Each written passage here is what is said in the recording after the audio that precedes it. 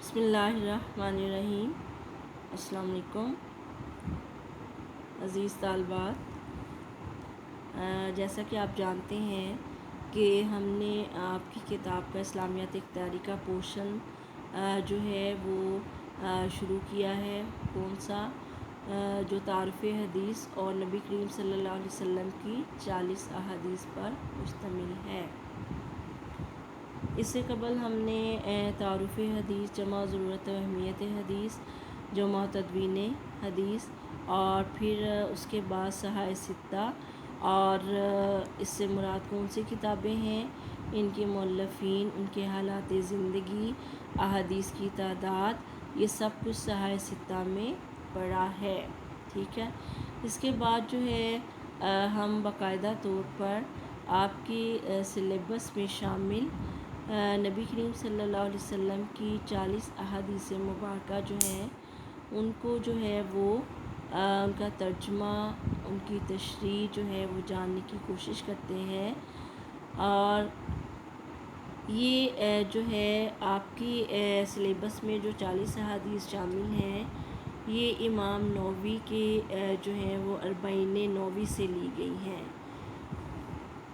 امام نووی کون تھے؟ آپ کا پورا نام یحییٰ بن شرف الدین نووی تھا۔ نووی ایک قصبے کا نام ہے جو ملک شام میں واقع ہے۔ اس مقام پر 631 ہجری میں آپ پیدا ہوئے اور اسی نسبت سے نووی کہلائے۔ بچپن ہی سے آپ دینی علوم میں بے حد دلچسپی رکھتے تھے اور اپنے والد ماجد کی تجارت اور دکانداری کی طرف راغب نہ تھے، اور آپ کو کھیل کود سے بھی کوئی دلچسپی نہ تھی۔ تلاوت قرآن معمول تھا آپ کا، اور آپ نے چھوٹی عمر میں ہی پورا قرآن پاک حفظ کر لیا تھا۔ آپ کے ذہنی رجحان کو دیکھتے ہوئے وقت کے مشہور استاد امام زرکشی کے سپرد کر دیا آپ کے والد نے، تاکہ علوم دینیہ سے بہرہ ور ہو سکیں۔ اپنے دور کے چوٹی کے اساتذہ سے آپ نے دینی علوم حاصل کیے، جو کہ بعد میں آپ ایک باکمال درجہ کے متقی انسان اور فقیہ بنے۔ اپنے والد کے ساتھ خانہ کعبہ کا حج کیا۔ تقریباً 23 برس کی عمر میں تصنیف و تالیف کا کام شروع کر دیا۔ آپ کی مشہور تصانیف کتاب الاربعین، تہذیب الاسماء واللغات، ریاض الصالحین، کتاب الاذکار، تحفۃ الطالب، شرح مسلم، المنہاج، البیان فی آداب القرآن، طبقات الشافعیہ وغیرہ ہیں۔ آپ رجب 676 ہجری میں مقام نووی پر ہی وفات پائی اور وہیں آپ مدفون ہوئے۔ 40 نووی کیا ہے؟ سرکار دو عالم صلی اللہ علیہ وآلہ وسلم کا ارشاد پاک ہے، میری امت میں سے جو کوئی 40 احادیث دینی امور کے بارے میں یاد کرے گا، اللہ تعالیٰ اسے قیامت کے روز فقہاء اور علماء کے گروہ میں اٹھائے گا۔ ہر زمانے میں علماء نے 40 احادیث کا انتخاب کیا اور انہیں زیادہ سے زیادہ پھیلانے کی کوشش کی۔ امام نووی رحمۃ اللہ علیہ نے بھی اس حدیث کی تعمیل میں 40 نووی کا انتخاب کیا۔ کہا جاتا ہے کہ امام ابو عمر بن عسلان نے ایک مجلس میں 29 احادیث لوگوں کو سنائیں۔ امام نووی نے ان پر 13 احادیث کا اضافہ کر دیا۔ اگرچہ یہ احادیث 42 تک پہنچ گئیں، مگر نام وہی 40 یعنی 40 احادیث ہی رکھا۔ یہ انتخاب بہت مشہور ہوا اور مختلف زمانوں میں اس کی متعدد شرحیں لکھی گئیں۔ اب آپ کو یہ بات جو ہے وہ بخوبی سمجھ آ گئی ہوگی کہ 40 جو ہے عربی زبان میں 40 کے لیے استعمال ہوتا ہے۔ 40 نووی سے کیا مراد ہے؟ امام نووی نے اپنی کتاب میں 40 نووی میں جو 40 احادیث جمع کی ہیں، اور وہ نبی کریم صلی اللہ علیہ وسلم کے اس ارشاد کے مطابق کہ میری امت میں سے جو کوئی 40 احادیث دینی امور کے بارے میں یاد کرے گا، اللہ تعالیٰ اسے قیامت کے روز فقہاء اور علماء کے گروہ میں سے اٹھائے گا۔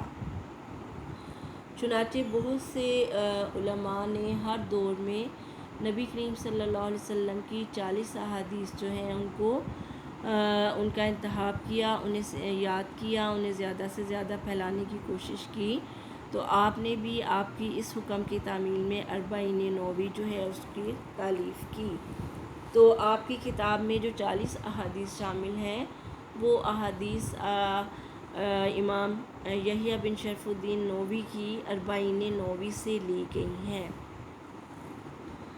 تو آج ہم سب سے پہلی حدیث جو ہے اس کا آغاز کرتے ہیں، اس کا ترجمہ اور اس کی تشریح جو ہے اس کو سمجھنے کی کوشش کرتے ہیں، اور اللہ تعالیٰ آپ کو بھی اور مجھے بھی توفیق دے کہ ہم ان احادیث مبارکہ کو نہ صرف یاد کریں بلکہ ان پر عمل کرنے کی کوشش کریں، اور ان احادیث مبارکہ کو اپنے معاشرے میں، اپنے گھر میں، اور جن لوگوں سے آپ کے تعلقات ہیں ان تک پہنچانے کی کوشش کریں۔ تو آج سب سے پہلی حدیث جو ہے اس کا آغاز کرتے ہیں، اخلاص نیت کے بارے میں ہے۔ بسم اللہ الرحمن الرحیم۔ ان سے امیر المومنین ابو حفص عمر بن الخطاب رضی اللہ تعالیٰ سے روایت ہے۔ امیر المومنین حضرت ابو حفص عمر بن خطاب رضی اللہ تعالیٰ عنہ سے روایت ہے، قالا آپ نے فرمایا، سمیعت میں نے سنا، رسول اللہ صلی اللہ علیہ وسلم، رسول اللہ صلی اللہ علیہ وآلہ وسلم کو یہ فرماتے ہوئے سنا، یقولو آپ فرماتے ہیں، انما بے شک الاعمال اعمال کا دار و مدار بالنیاتی نیتوں پر ہے، بے شک اعمال کا دار و مدار نیتوں پر ہے۔ انما الاعمال بالنیات، بے شک اعمال کا دار و مدار نیتوں پر ہے۔ وانما اور بے شک لکل ہر ایک امرئ آدمی کے لیے ما نوا وہی کچھ ہے جس کی اس نے نیت کی۔ فمن کانت ہجرتہ، تو جس کی ہجرت ہوئی، اللہ اللہ کی طرف، ورسولہ اور اس کے رسول کی طرف، فہجرتہ اللہ تو پس اس کی ہجرت اللہ اور ورسولہ اور اس کے رسول صلی اللہ علیہ وسلم ہی کے لیے ہے۔ ومن کانت ہجرتہ لدنیا، اور جس کی ہجرت ہوئی لدنیا دنیا کے واسطے، یصیبھا کہ وہ اس کو حاصل کرے، او امرأۃ یا کسی عورت کی طرف، ینکحھا کہ وہ اس سے نکاح کر سکے، فہجرتہ پس اس کی ہجرت الی ما طرف اس چیز کے ہے، ہاجر الیہ جس کی طرف اس نے ہجرت کی۔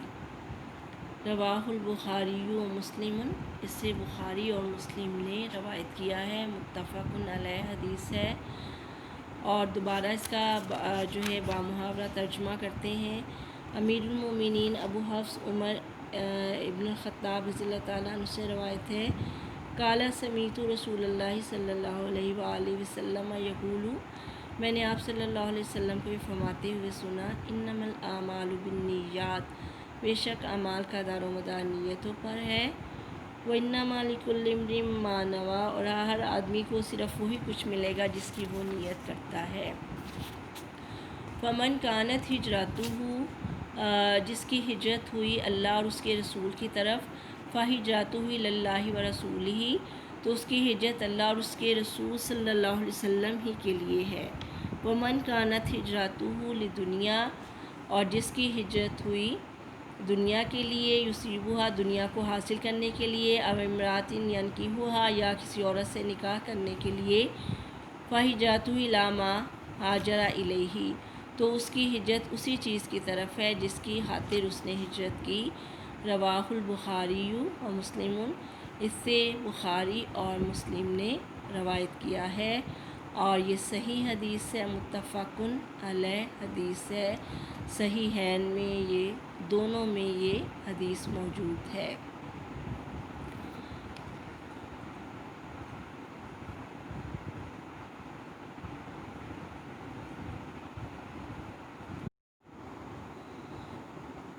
آئیے اب اس کی تشریح جو ہے وہ اس حدیث مبارکہ کی تشریح جو ہے اس کو دیکھتے ہیں کہ اس حدیث کا عنوان یا ٹاپک جو ہے اس کا لب لباب کیا ہے، کس چیز پر نبی کریم صلی اللہ علیہ وسلم نے زور دیا اور کس چیز کی اہمیت کو بیان کیا گیا ہے۔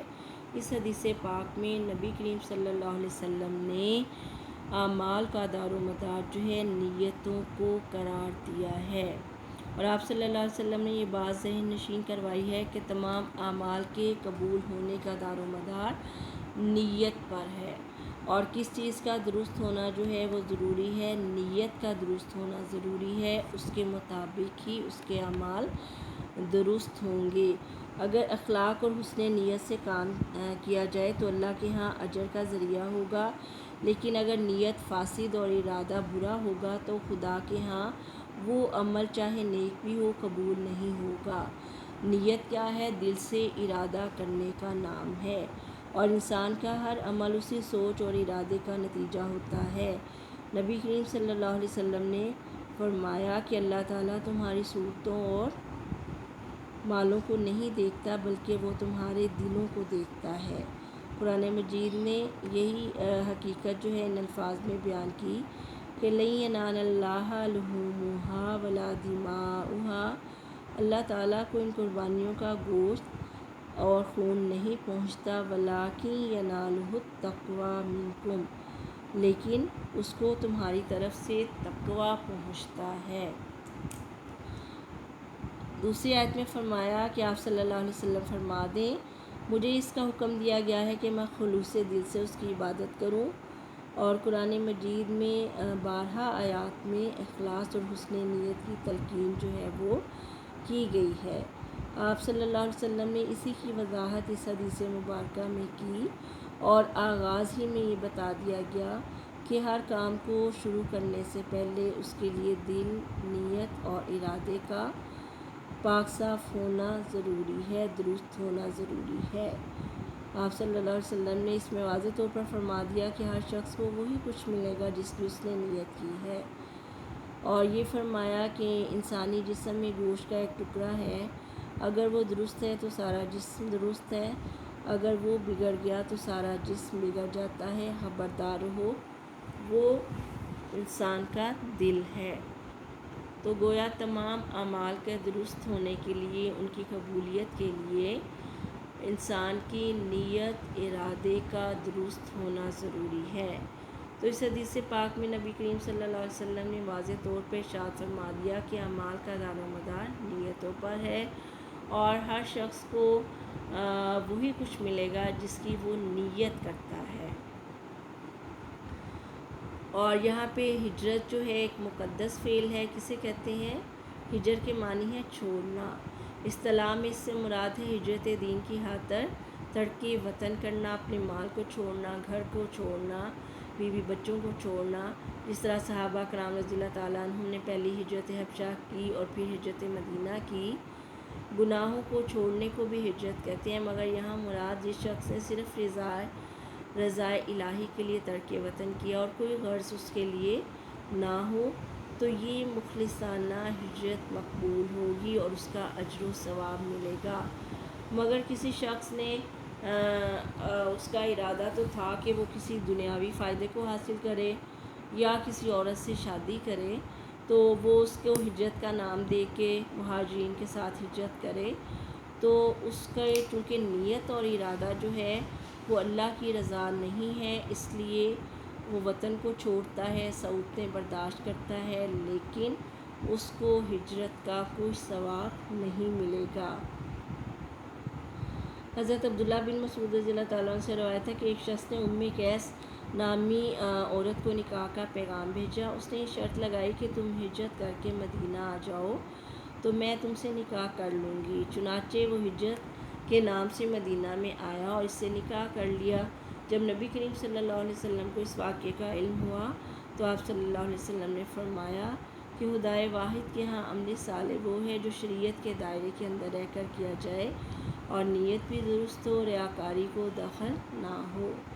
حدیث میں ارشاد ہوتا ہے کہ قیامت کے دن سب سے پہلے 3 آدمیوں کے متعلق جہنم کا فیصلہ کیا جائے گا۔ یہ کون ہے؟ ایک شہید ہوگا کہ اللہ تعالیٰ اس سے پوچھیں گے تو نے شہادت کس کی خاطر پائی؟ وہ کہے گا تیری رضا کے لیے۔ اللہ تعالیٰ فرمائے گا تو جھوٹ بولتا ہے، تو نے صرف اس لیے جہاد کیا تھا کہ لوگ تجھے بہادر سمجھیں۔ سو اس کو جہنم میں ڈال دیا جائے گا۔ پھر ایک عالم کو لایا جائے گا، اس سے بھی اللہ تعالیٰ پوچھے گا تو کہے گا میں نے تیرے دین کو سیکھا، تیری کتاب کو پڑھایا، یہ سب تیری رضا کے لیے کیا۔ تو اللہ تعالیٰ فرمائے گا تو جھوٹا ہے، تو نے عالم کاری مولانا کہلوانے کے لیے کیا۔ پھر اسے بھی دوزخ میں ڈال دیا جائے گا۔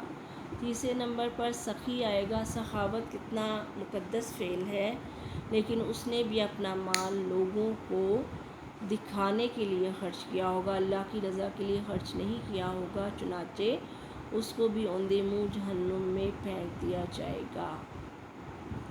اس حدیث سے یہ اندازہ ہوتا ہے کہ بڑے سے بڑے عمل صالح جو ہیں ان کی حیثیت بغیر حسن نیت اور اخلاص کے کچھ بھی نہیں۔ نماز، حج، زکوٰۃ جیسے نیک کام بھی بغیر اخلاص اور حسن نیت کے الٹا وبال جاں بن جاتے ہیں، اور ایسی نمازیں ان نمازیوں کے منہ پر ماری جائیں گی جو ریاکاری کے لیے، دکھاوے کے لیے نماز پڑھتے ہیں یا خرچ کرتے ہیں۔ سورہ بقرہ میں انفاق فی سبیل اللہ کے حوالے سے بہت سی مثالیں جو ہیں وہ دی گئی ہیں کہ جو شخص خلوص نیت کے ساتھ اللہ تعالیٰ کی راہ میں خرچ کرتا ہے، اس کی مثال ایسے ہے جیسے اس نے زمین میں ایک بیج بویا ہو، اس سے 7 بالیاں نکلیں اور پھر ہر بالی میں 100 دانے ہوں۔ یعنی جتنا زیادہ عمل جو ہے خالص ہوگا اتنا ہی زیادہ خدا کے ہاں اجر و ثواب ملے گا۔ بعض اوقات 2 متضاد فعل اخلاص نیت کی بدولت انسان کو اجر و ثواب کا مستحق بنا دیتے ہیں۔ ایک دفعہ ایک شخص نے آپ صلی اللہ علیہ وسلم کو بتایا کہ فلاں چشمہ کے قریب اس نے ایک کھونٹا گاڑ دیا ہے تاکہ لوگ اپنے مویشیوں کو باندھ کر آرام سے پانی پی سکیں اور نماز پڑھ سکیں۔ آپ صلی اللہ علیہ وسلم نے فرمایا تو نے نیک کام کیا۔ تھوڑی دیر بعد ایک دوسرے شخص نے آ کر عرض کیا کہ میں نے فلاں چشمے کے قریب کھونٹا گڑا ہوا دیکھا، مجھے ڈر ہوا کہیں کوئی اسے ٹھوک کر نہ کھا جائے، بس میں نے اکھاڑ دیا۔ آپ صلی اللہ علیہ وسلم نے فرمایا تم نے نیک کام کیا۔ صحابہ کرام رضی اللہ تعالیٰ عنہ کے پوچھنے پر آپ صلی اللہ علیہ وآلہ وسلم نے فرمایا چونکہ دونوں کی نیت درست ہے اس لیے دونوں اجر و ثواب کے مستحق ہیں۔ بس یہ حدیث واضح کرتی ہے کہ ہجرت ایک اعلیٰ عمل ہے انسان کے لیے۔ اگر کسی جگہ احکام الہی پر عمل ناممکن ہو تو اللہ کے لیے اپنا وطن ترک کر دیتا ہے، اور لیکن تو اس کو بہت اجر و ثواب ملتا ہے اگر اس کی نیت جو ہے یہ ہو کہ دوسری جگہ جا کے زیادہ کمائے گا یا زیادہ آسائش حاصل کرے گا، یا پھر یہ کہ وہ کسی عورت سے نکاح کرے گا۔ تو چونکہ نیت جو ہے اللہ کی رضا مقصود نہیں ہے تو یہی مقدس فعل اس کی بربادی کا باعث بنے گا، اس کی نیت کے غلط ہونے کی وجہ سے۔ اس لیے ایک صحابی رضی اللہ تعالیٰ عنہ سے آپ صلی اللہ علیہ وآلہ وسلم نے پوچھا کہ تم نے یہ روشن دان یا جو ہے کمرے میں کیوں رکھوایا؟ تو اس نے کہا کہ ہوا کے آنے کے لیے۔ تو آپ صلی اللہ علیہ وسلم نے فرمایا کہ اگر تم یہ نیت کرتے یا یہ کہہ دیتے کہ اذان کی آواز آ جائے تو ہوا کو آنے سے تو کوئی نہیں روک سکتا تھا۔ اس لیے ہر کام اخلاص نیت سے کرنا ضروری ہے۔ اگر اخلاص نیت سے کام کیا جائے گا تو وہ قبولیت کے لحاظ سے، اجر و ثواب کے لحاظ سے اللہ کے ہاں بہت زیادہ پسندیدہ شمار کیا جائے گا۔ لیکن اگر ایک نیک کام جو ہے وہ دکھاوے کے لیے غلط نیت، غلط ارادے سے کیا جائے گا اور مقصود رضا الہی کا حصول نہ ہو تو وہی نیک کام اس کے دوزخ میں، جہنم میں جانے کا باعث ہوگا۔ اللہ تعالیٰ ہم سب کو نیک نیتی کے ساتھ جو ہے وہ تمام کام کرنے کی توفیق دے۔ صدق اللہ العظیم۔